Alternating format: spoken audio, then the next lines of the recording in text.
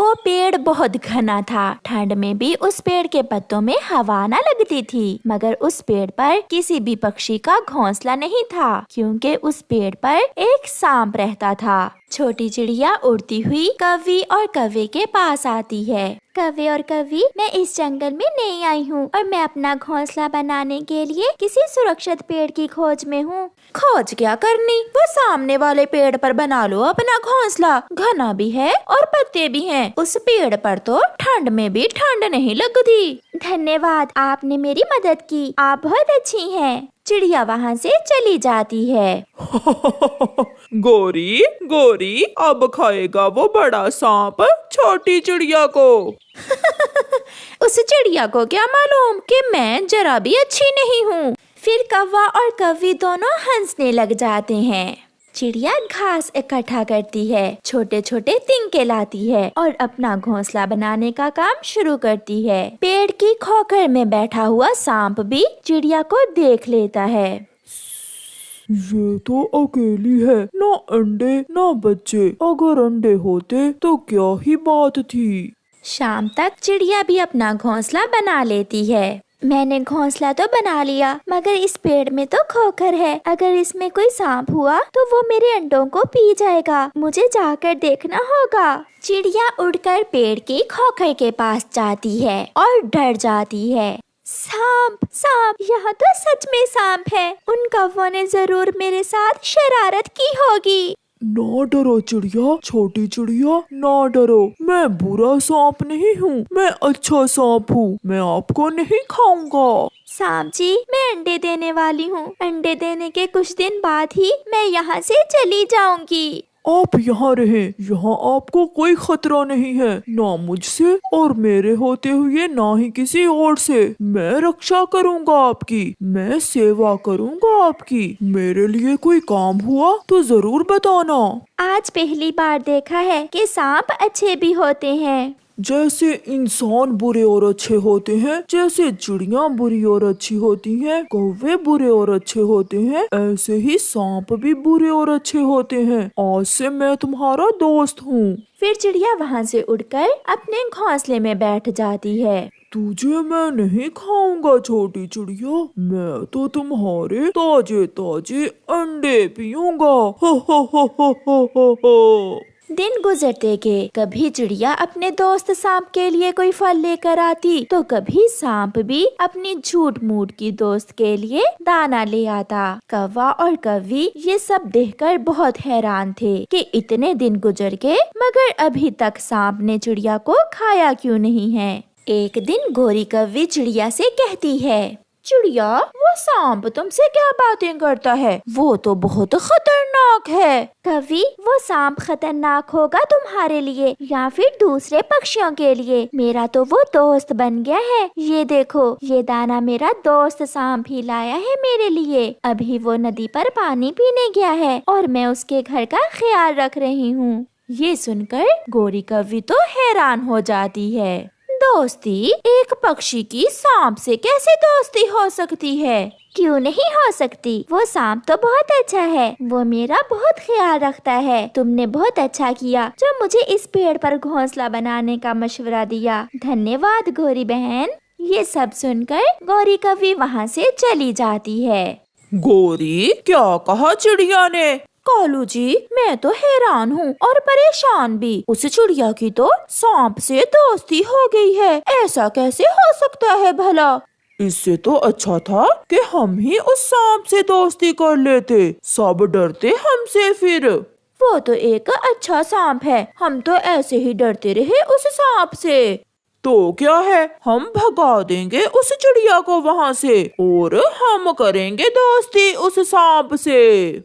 3 दिन गुजर जाते हैं और चिड़िया 2 सुंदर सुंदर से अंडे देती है जो सफेद थे। सांप तो अंडे देखकर चिड़िया से भी ज्यादा खुश था।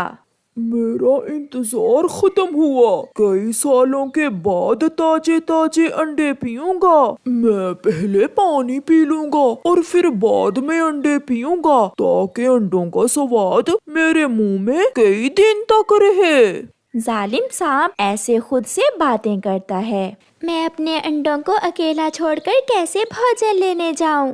तुम अकेली नहीं हो दोस्त, मैं बैठ जाता हूँ तुम्हारे अंडों के पास और तुम अपना भोजन ले आओ। हाँ सांप दोस्त, आप तो मेरे दोस्त हो। ऐसे सांप अंडों के पास आकर बैठ जाता है और छोटी चिड़िया अपने भोजन के लिए निकल जाती है। थोड़ी दूर जाकर चिड़िया के दिल में ख्याल आता है, वो सांप है और मैं चिड़िया, कहीं उसे भूख लगी तो वो मेरे अंडे ही ना पी ले। चिड़िया का दिल डर रहा था। डरती हुई चिड़िया रास्ते से ही वापस आ जाती है। अब तक तो चिड़िया दूर निकल गई होगी। मेरी बरसों की इच्छा पूरी होने वाली है। मैं पहले नदी से पानी पी आऊं और फिर चिड़िया के आने से पहले पहले चिड़िया के तीनों अंडे ही पी लूंगा। सांप नदी से पानी पीने चला जाता है। थोड़ी ही देर बाद चिड़िया भी वापस आ जाती है। सांप दोस्तों यहाँ नहीं है। अगर उसे मेरे अंडों की चिंता होती तो वो कभी मेरे अंडे छोड़कर ना जाता। दूसरे पेड़ पर गोरी कव्वे ने भी 2 अंडे दिए थे। वो अपने पति कालू कव्वे से कहती है, कालू जी सुनो, इस पेड़ पर मुझे रात को बहुत ठंड लगती है। तुम जाओ और चिड़िया को वहाँ से भगा दो और हम अपना घोंसला उठाकर उस पेड़ पर ले जाते हैं। हाँ गोरी, अब तो हमें सांप से भी कोई खतरा नहीं है। जैसे उसने चिड़िया से दोस्ती की, ऐसे ही वो हमसे भी दोस्ती कर लेगा। फिर कालू कौवा चिड़िया के पास जाता है। चिड़िया रानी, अब तुम्हारा यहाँ से जाने का समय हो गया है। क्या मतलब कव्वे भैया, मैं समझी नहीं आपकी बात। मेरी पत्नी ने भी 2 अंडे दिए हैं और हम ठंड के दिनों में इस पेड़ पर रहते हैं। तुम किसी और पेड़ पर चली जाओ। मगर आपने खुद मुझे कहा था इस पेड़ पर घोंसला बनाने को। और अब जाने का भी तो मैं खुद ही कह रहा हूँ। चुपचाप यहाँ से चली जाओ। ज्यादा चू चू मुझे पसंद नहीं है। करती भी तो क्या, चिड़िया बेचारी रोते हुए अपना घोंसला उठाकर वहाँ से चल देती है। कौवा और कव्वी अपना घोंसला उस पेड़ पर रख लेते हैं। जब सांप आएगा तो मैं करूँगी उससे दोस्ती की बात। नहीं, मैं करूँगा। इतने में सांप भी नदी से पानी पीकर आ जाता है। कौवा, तुम यहाँ क्या कर रहे हो और मेरी दोस्त चिड़िया कहाँ है? सांप जी, वो बहुत छोटी और कमजोर है। तुम्हारी उस छोटी चिड़िया से दोस्ती अच्छी नहीं लगती। आज से आप हमारे दोस्त बन जाओ। फिर सांप का ध्यान कौवों के अंडों पर जाता है। हाँ, ठीक कहा तुमने। वो बहुत कमजोर थी। मुझे तुमसे दोस्ती करके बहुत अच्छा लगेगा। तो फिर आप यहाँ बैठे हमारे अंडों के पास और हम आपके लिए फल लेकर अभी आते हैं। फिर कौवा और कव्वी वहाँ से चले जाते हैं। चिड़िया छोटी थी और उसके अंडे भी छोटे थे। कव्वी, तुम्हारे अंडे तो चिड़िया से भी बड़े हैं और स्वादिष्ट भी होंगे। ऐसा कहते हुए वो सांप कौवों के अंडे पी लेता है और अपनी खोखर में जाकर गहरी और लंबी नींद सो जाता है। शाम को जब कौवे वापस आते हैं तो वहाँ ना सांप था और ना ही अंडे। हाँ, एक अंडे का खोल सांप की खोखर के पास पड़ा था। कालू, मैं लुट गई, मैं बर्बाद हो गई। वो सांप तो बहुत धोखेबाज निकला, वो मेरे अंडे पी गया। हाय।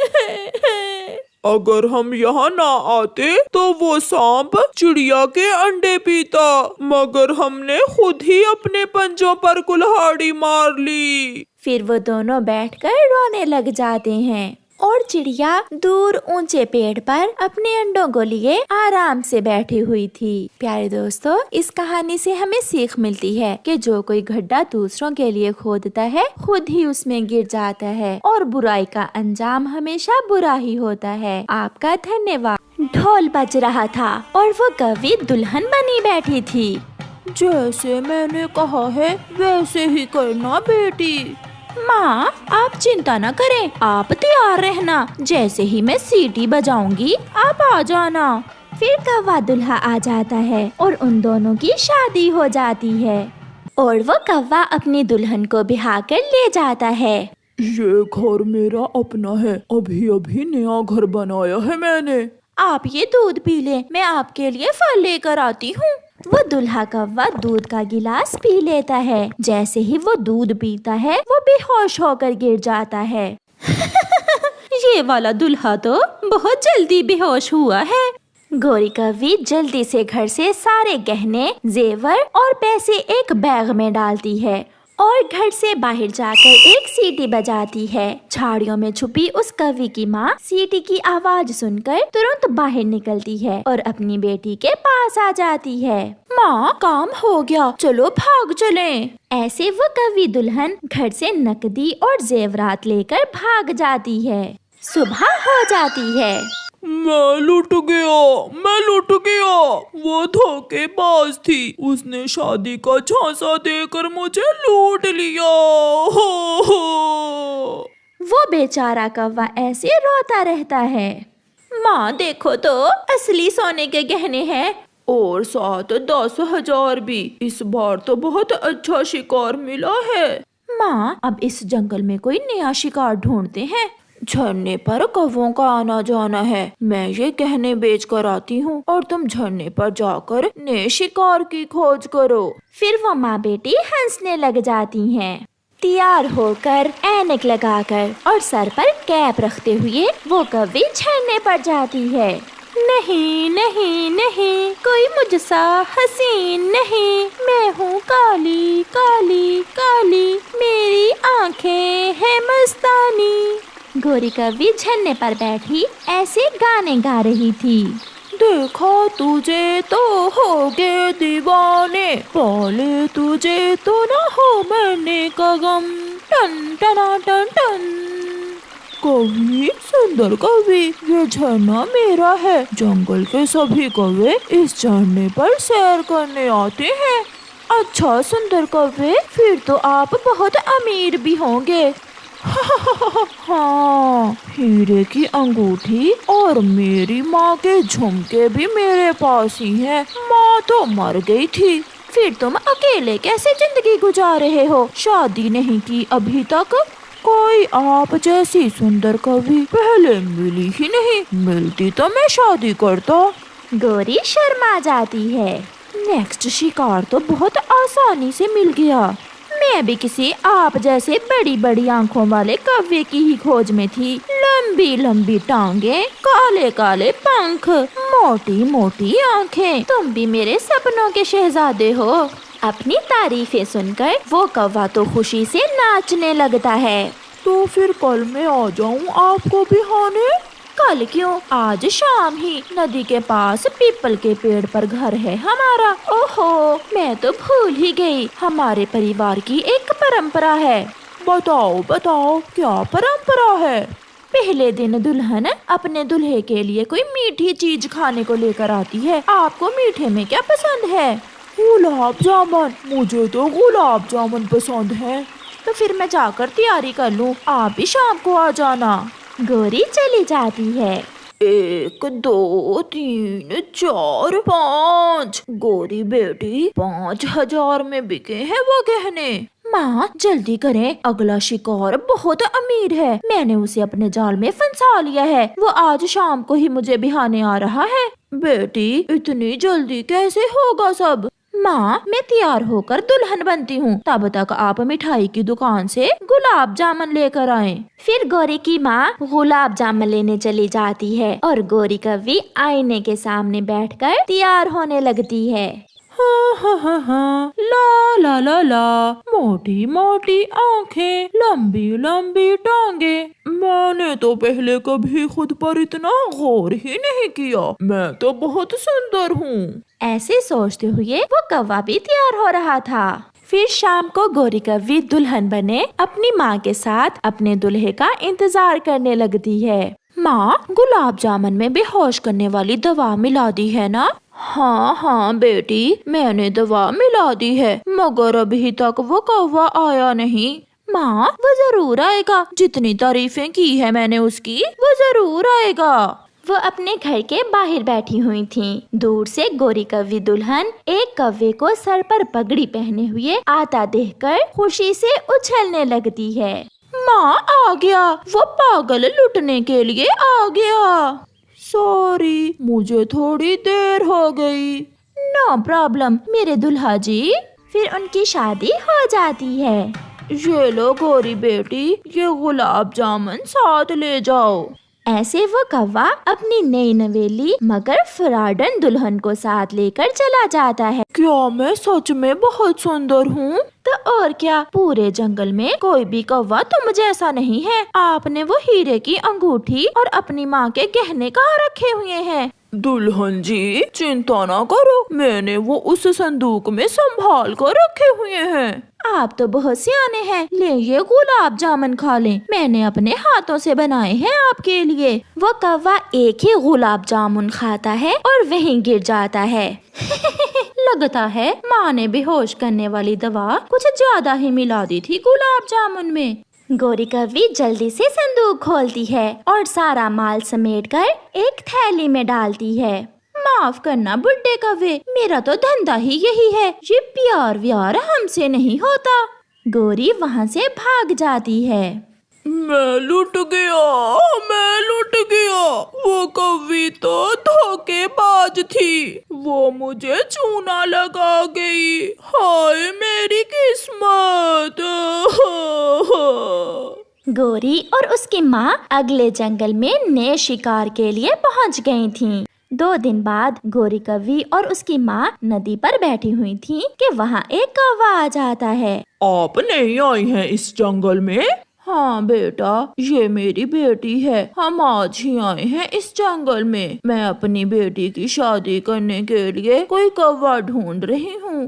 कोई ऐसा कौवा जो आप जैसा हो, ऊंचा, लंबा, जवान, सुंदर और काला। कितनी उम्र है तुम्हारी? 80 साल। मैं अभी 80 साल का ही तो हूँ। फिर आप कैसे बुढ़े हुए? आप तो अभी जवान हैं। बात बढ़ती है और फिर वो कौवी कालू कौवे को अपने जाल में फंसा लेती है।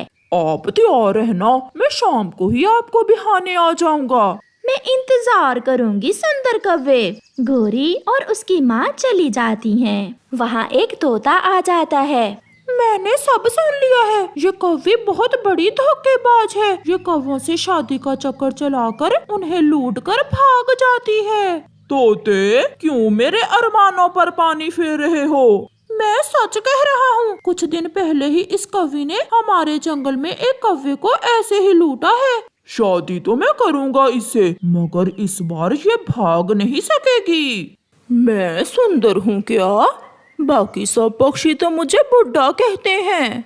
शाम को कालू कौवा दूल्हा बनकर आ जाता है और दोनों की शादी हो जाती है। बेटी ध्यान से, ये कौवा मुझे थोड़ा होशियार लग रहा है। आपकी बेटी से ज्यादा नहीं होगा। पति जी ले, दूध पी ले। पत्नी जी, पहले मेरे लिए पानी का गिलास लेकर आओ। वो कौवी दुल्हन जैसे ही पानी लेने जाती है, कालू कौवा अपना दूध का गिलास उसके दूध के गिलास से बदल देता है। बड़ी आई मुझे चूना लगाने वाली। दूध पीते ही वो कौवी दुल्हन गिर जाती है। सुबह हो जाती है। अपने पाँव रस्सी से बंधे हुए देखकर वो कौवी शोर मचाती है। पति जी, आपने मुझे रस्सी से क्यों बांधा है? मुझे सब मालूम हो गया है। अब तुम यहाँ से कभी भाग नहीं सकोगी, क्योंकि मैंने तुम्हारे पंख काट दिए हैं। मुझे भी कालू कौवा कहते हैं, कालू कौवा। गोरी कौवी कालू कौवे का मुंह देखती रह जाती है। प्यारे दोस्तों, हमें कमेंट करके बताएं कि कालू कौवे की कितनी उम्र है। हमें आपके कमेंट्स का इंतजार रहेगा।